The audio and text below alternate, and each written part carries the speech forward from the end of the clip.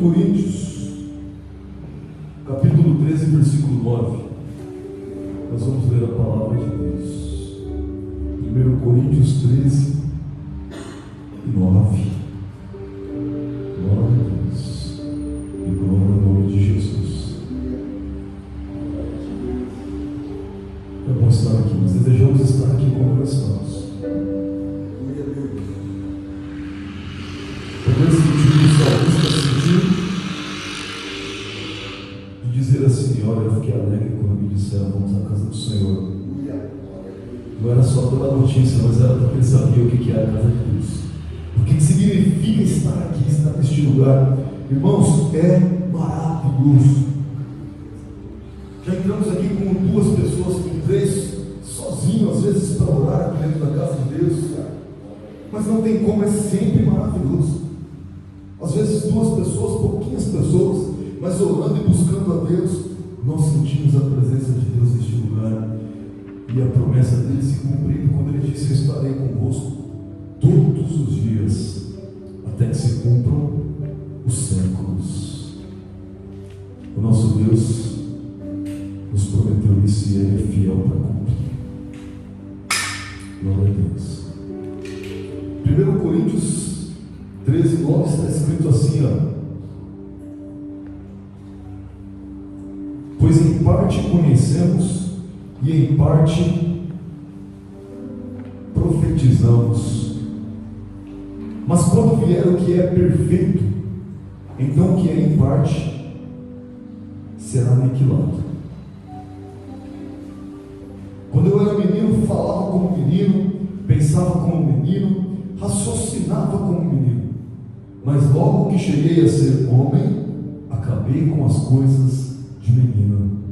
Agora vemos como por um espelho, de maneira obscura, mas então veremos face a face. Agora conheço em parte, então conhecerei como também sou conhecido. Agora permanecem estes 3: a fé, a esperança e o amor, mas o maior deles é o amor. Glória a Deus, essa é a palavra de Deus que o apóstolo Paulo escreveu, essa carta lá ao povo de Corinto, e deixou essa mensagem tão tremenda e tão maravilhosa. O homem de Deus, que tinha todos os dons do Espírito Santo, que produzia todos os frutos do Espírito Santo, que foi chamado não por homem nem por pregação do Evangelho, mas porque o próprio Cristo apareceu para ele e o chamou para o seu ministério. Ele deixou essas palavras assim: olha, eu não sou melhor do que nenhum de vocês, eu não estou na frente de nenhum de vocês, porque eu conheço em parte. E ele fala no plural: nós conhecemos em parte, é porque ele está incluindo você e eu naquilo que ele conhece. Conhecemos em parte, mas depois conheceremos plenamente. Hoje a gente consegue enxergar Deus, Jesus, o Espírito Santo, os céus, tudo aquilo que é sobrenatural, nós enxergamos, mas como se fosse por um espelho. Sabe o que a Bíblia quer dizer com espelho? É por causa do espelho da época do apóstolo Paulo, não é igual ao espelho de hoje, que você olha e vê a imagem perfeitamente. O espelho da época tinha que ficar polindo o metal, então era muito difícil conseguir, era tudo embaçado, você só via um vulto assim. Então você não conseguia reconhecer a própria face diante do espelho, por causa da tecnologia da época para fabricar espelhos. Por isso ele disse: hoje a gente vê como que por um espelho, a gente vê obscuro, embaçado, não dá para enxergar direito. E ele está falando isso sobre as coisas espirituais.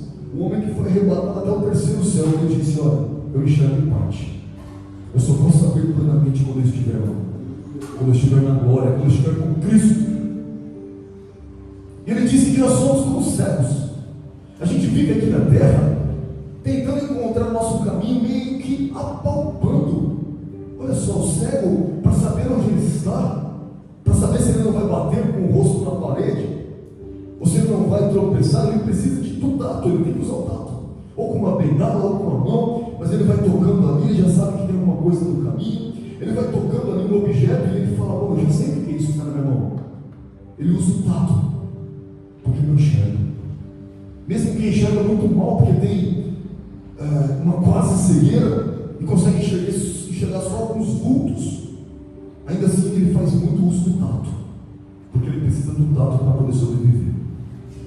O apóstolo Paulo tem uma passagem que ele diz assim, que nós vivemos dessa maneira.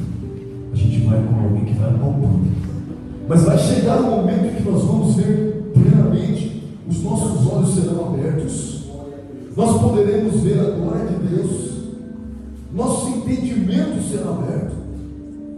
Dá para entender isso, meus irmãos? Nós estamos aqui na terra e a gente acha que entende alguma coisa, mas não, nós não entendemos nada. Nossa mente é semelhante à mente de um animal, a nossa visão é semelhante à visão de um animal. Só quando o Espírito vem e revela, naquele momento da revelação, o céu é aberto para você e para mim. Mas a nossa humanidade, nós somos míopes, nós somos cegos, nós somos falhos no entendimento. Nós conhecemos em parte. A gente pode vir para a igreja, orar e crer e ter fé no que significa a oração, mas plenamente o que acontece quando a gente ora, nós não sabemos. Nós não podemos ter essa percepção total. Pelos olhos da fé, eu creio que a gente vem e ora nessa igreja e imediatamente inicia-se uma batalha espiritual. Anjos começam a enfrentar demônios querem nos impedir de estar aqui, visita a casa, destrói, chega para arrebentar com tudo. Ao mesmo tempo a gente ora com mais vigor e clama e abre a palavra e determina e repreende. O anjo de Deus vai lá e combate, expulsa e destrói as forças do mal. Nós cremos pelos olhos da fé, mas nós não podemos ver, porque nós vemos em parte, nós conhecemos em parte. Mas vai chegar um dia em que a nossa vida vai ser passada diante dos nossos olhos. Tudo aquilo que nós vivemos, tudo aquilo que nós falamos, e tudo aquilo que nós fizemos, e tudo aquilo que nós pensamos, nós vamos ter que prestar conta diante de Deus. O apóstolo Pedro disse: por acaso não sabeis que haverão de prestar conta? Todos nós teremos que prestar contas diante de Deus. Nós vamos precisar. Então é bom pensar agora: peraí, eu vou prestar conta. Eu vou trabalhar, eu já penso agora, eu vou prestar conta. Eu vou falar com alguém na rua, já penso, peraí, eu vou prestar conta. Eu vou pegar o microfone e vou pregar, eu vou prestar conta. Tem que pensar, porque daí a gente cria um temor e começa a tremer diante de Deus e dizer assim: Senhor, tem misericórdia de mim, que na prestação de contas, Senhor, eu consiga me sair bem, eu consiga prestar contas. Meu mestre está aqui, meu Senhor, está aqui os talentos, estão entregues aqui, eu multiplicado. Está aqui, ó, aquilo que o Senhor entregou, a semente que o Senhor entregou nas minhas mãos, está aqui multiplicado. Prestar contas para o crime, não desesperado. Mas olha só, aquilo que nós vivemos aqui na terra e aquilo que nós passamos aqui vai definir toda a eternidade. Aqui nós não podemos enxergar plenamente, mas lá nós vamos enxergar plenamente. A nossa vida vai passar, e quando nós estivermos no céu, estivermos na glória, vai ser mostrado o que nós vivemos aqui. E nós vamos olhar e falar: olha só, por isso que minha mente era semelhante a um animal. Eu não enxergava nada do mundo espiritual que acontece. Eu só cria, eu acreditava, mas a minha visão era em partes. Eu não podia ver. Mas eu conseguia fazer uma coisa: era usar uma ferramenta, uma arma que Deus me deu. E o nome disso é fé. As coisas que permanecem. Sabe quando a gente fala tudo vai passar? É verdade, vai passar tudo mesmo. Tudo passa, tudo passará, vai passar. E a Bíblia mesmo diz que tudo vai passar. Os céus vão passar, mas os céus não são eternos, não. Vai ter novo céu e nova terra.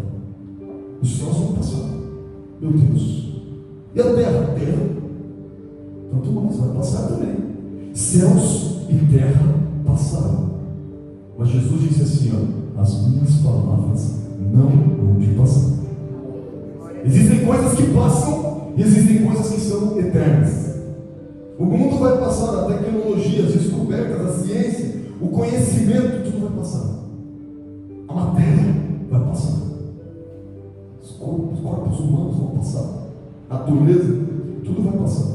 Os céus vai passar também.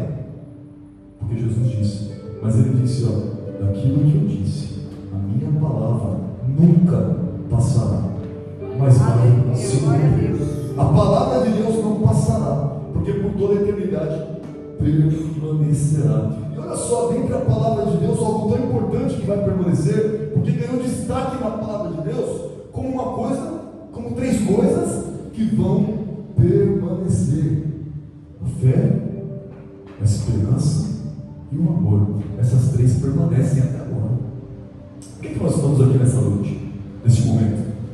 O que nos motivou a entrar neste lugar e falar: eu vou orar, eu vou pedir, eu vou clamar, vamos fazer um culto de oração, nós vamos louvar, nós vamos clamar, nós vamos, mover o mundo espiritual, vamos mover essa terra.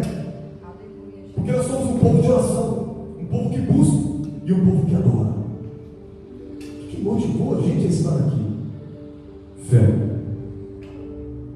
uma coisa que permanece. A gente mesmo não permanece, a gente é passageiro.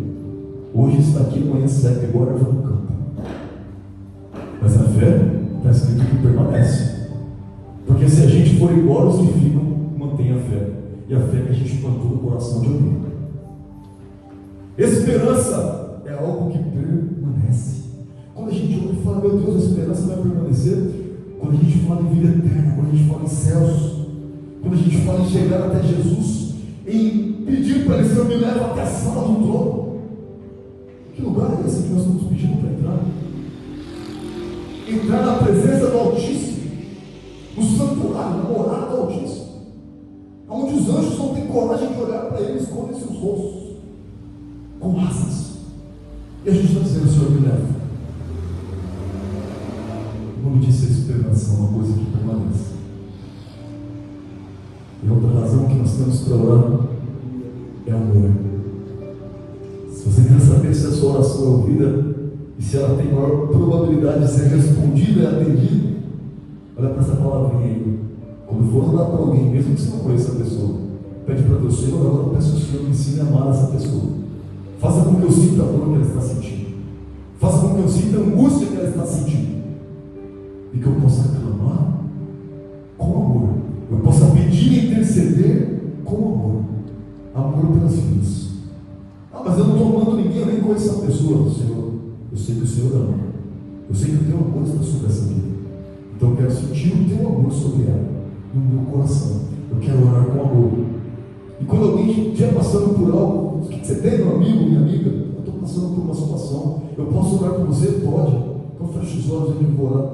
Você já vai pedir: Senhor, coloca amor no meu coração por essa vida. Coloca amor, piedade, misericórdia. Eu quero que meu coração fique assim, como o coração de Cristo, que olha para essa pessoa e fala assim: ó, meu coração dói de te ver triste, mal, chorando. Eu quero que você esteja bem. Mas isso nós não conseguimos, porque a nossa característica humana não se importa uns com os outros. Desde criança a gente é assim. A gente não é de se importar tanto. Mas quando Cristo está em nós, Ele está agindo, e Ele está produzindo seus frutos em nós, aí o amor floresce, aí o amor surge. E nós podemos orar e falar assim: Senhor, porque eu creio na Tua palavra, eu creio que os céus e a terra passarão, mas eu creio que as Tuas palavras não hão de passar, pois elas permanecem. E três coisas, Senhor, na Tua palavra diz que permanece: a fé, a esperança e o amor. Eu tenho fé e eu tenho esperança. Quanto ao amor, só o Senhor pode pôr no meu coração. Derrama sobre mim amor e amor de verdade. Acima da fé e acima da esperança, coloca amor no meu coração. Porque ter fé que move montanhas e não ter amor, a Bíblia diz que não serve para nada. Ter uma esperança de uma mudança de futuro, a ponto de entregar o seu corpo para ser queimado por alguém, mas não tiver amor, não serve para nada. Por isso que permanecem a fé, a esperança e o amor. Mas o maior desses três é o amor. Porque Deus é maior que tudo. E Deus é amor. Deus é amor. O amor de Deus está sobre a tua vida. O amor de Deus está sobre a sua vida. Está nos preparando agora para fazermos um culto de oração. E que nós vamos orar, nós vamos clamar. E o nosso Deus vai nos ouvir. E o nosso Deus vai resgatar vidas, vai libertar pessoas, vai quebrar cadeias e correntes, vai trazer nova história, nova vida, e vai mudar trajetórias, vai mudar pensamentos, vai mudar opiniões, vai mudar raciocínios e vai trazer pessoas para a sua presença. Só Deus é poderoso para fazer tal coisa. Fica de pé, vamos falar com Deus. Maravilhoso e amado Deus, Pai de nosso Senhor e Salvador